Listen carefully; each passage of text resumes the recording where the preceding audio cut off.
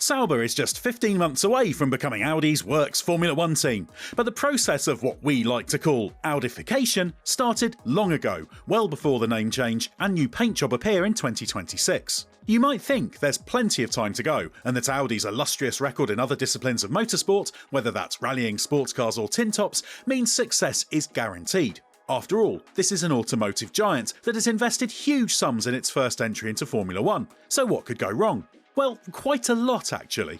Sauber is not doing well right now. In fact, it's doing terribly and hasn't scored a point in 2024. That's extraordinarily bad considering we're 18 races and 3 sprints into the season. The team is struggling badly, and it's not just a one-off, given it's managed a paltry 16 points across its last 50 Grand Prix. But if anyone at Audi is willing to shrug that off and assume it'll be alright on the night when the sign on the door changes in 2026, then there's a cautionary tale from this very team's past that must be heeded. It's a warning that the best laid plans and most logical timetables for success don't always play out as anticipated, and that if you waste an opportunity in Formula 1, it might never come again. To tell the story, we have to go back to June the 6th, 2008. The 2008 Canadian Grand Prix was one of the most memorable races of the 21st century. But we're not revisiting that now because of the infamous pit lane collision when Lewis Hamilton rear-ended Kimi Raikkonen's Ferrari, or Felipe Massa losing a shot at victory to the lack of fuel going into the tank at his first pit stop. Instead, it's thanks to Robert Kubica's only Grand Prix victory. He led home Nick Heidfeld in a famous 1-2 for what was then called BMW Sauber. That victory put Kubica into the lead of the World Championship for the first and only time in his F1 career. The BMW Sauber F108 was a seriously competitive proposition. While McLaren and Ferrari were a little faster, Kubica had strung together a strong run of results, including 3 podium finishes in the 5 races preceding Montreal. The championship was on. But it wasn't. And that's because it simply wasn't part of the plan. BMW had laid out a clear timeline for progress, and that victory in Canada meant the box mark 2008 had been ticked. BMW bought a majority share in Sauber in June 2005, when it was still powered by Petronas-badged Ferrari engines.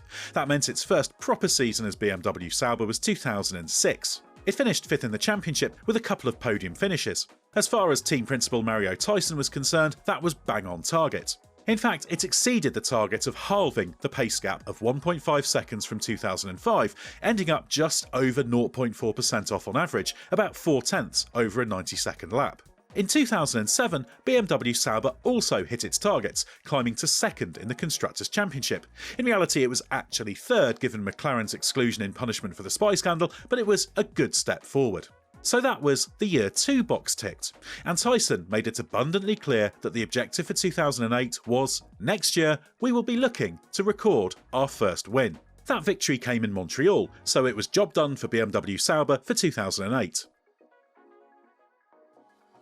Kubica and BMW Sauber had a genuine shot at the 2008 World Championship, but with the job done for 2008 as far as BMW's corporate strategy was concerned, the focus immediately switched to maximising development on the 2009 car. That meant a drop-off in performance from being clearly the 3rd fastest car in the first part of the season to times where it was 4th, 5th, 6th or even at its nadir only 7th fastest as 2008 went on. The 2008 BMW Sauber was never the outright fastest car even early in the season, but it was a strong car, a big step forward from the 2007 machine with what technical director Willy Ramph called an aggressive development approach. Early in the season, the car was capable of mixing it with pace setters Ferrari and McLaren. While not as quick, it could battle with them, aided by Kubica's brilliance in a car that gave him the rear-end stability that suited his aggressive driving style. After a difficult first full season in F1 in 2007, he thrived. He retired in Australia after being rear-ended by Williams driver Kazuki Nakajima, but that was followed by a strong run of results, 2nd in Malaysia, 3rd in Bahrain after taking pole position, then 4th places in Spain and Turkey, before a return to the podium with 2nd in Monaco. Then came that win in Canada, and everything changed. In the remaining 11 races, Kubica only finished on the podium 3 times, with a final one a 2nd place at Fuji that was assisted by a dramatic first lap that compromised McLaren and Ferrari's races. Even in that Japanese Grand Prix against depleted opposition, Kubica led early on and drove a superb race, yet slipped to 2nd behind Fernando Alonso's Renault. Kubica gave it his all, but the car simply wasn't competitive enough. He ended the championship down in 4th place, 23 points behind champion Lewis Hamilton, back in the days of 10 points for a win. That's a big gap to make up, and there's no guarantee that even with 100% effort BMW, Sauber and Kubica could have done it, but it was a chance that was thrown away. And it wasn't only a question of shifting focus to 2009, that was a perfectly understandable strategy given the dramatically overhauled aerodynamic regulations that were coming in, but BMW Sauber almost put the handbrake on. According to Kubica, there were even components that were designed for 2008 that improved performance but never saw competitive action. It remains a great regret of Kubica to this day. He feels with some justification that BMW felt it was a case of target achieved for 2008 once a race had been won, and the schedule demanded the championship push come in 2009, not 2008. Tyson, who had strong disagreements with Kubica during the second half of 2008, sees it differently. He stresses that there was actually more development during 2008 than in previous years. The team also had some wind tunnel to track correlation troubles that played their part. Regardless, the drop-off was stark. BMW wasn't afraid of making its title aspirations very public, and as Tyson said, 2009 was all about fighting for the World Championship. Unfortunately, while 2006, 2007 and 2008 went to plan, the next step didn't prove so easy to take. The run-up to 2009 was encouraging for BMW Sauber. It was the first team to run a car broadly to the new regulations when it tested a 2008 machine clothed in 2009 bodywork at Jerez in December. It was an unsightly car, with the bizarre proportions of the snowplow front wing and narrow rear wing demanded by the regulations particularly grating, but it meant that BMW appeared to have stolen a march on the rest. However, there were problems. One of those was of its own making through the introduction of KERS. KERS, short for Kinetic Energy Recovery System, was the first manifestation of hybrid power in F1, and BMW was very confident about the progress with its system, comprising a motor generator unit and lithium-ion batteries. In fact, BMW was so confident that it blocked proposals from rival teams to defer the introduction of KERS. That was a mistake. There were high-profile problems with its development of KERS, such as the incident in testing at Jerez in July 2008 when a mechanic suffered an electric shock after touching the car when test driver Christian Klein returned to the pit lane. But the big problem BMW Sauber had in 2009 was that its KERS was overweight and difficult to package. That was partly because of the air-cooled batteries, which had to be put in place where the cooling airflow could get to them. As Rampf said, the team underestimated the impact of this. On top of that, BMW Sauber missed the double diffuser trick that Braun, Toyota and Williams hit on. The team felt the double diffuser was illegal, and Tyson argues it being ruled legal was the key reason why the team failed in 2009. He cited the team's strong end to the season once a brand new gearbox had been introduced to create the space to optimise a double diffuser as proof of that. There were also problems with the new wider front wings that it never completely got on top of.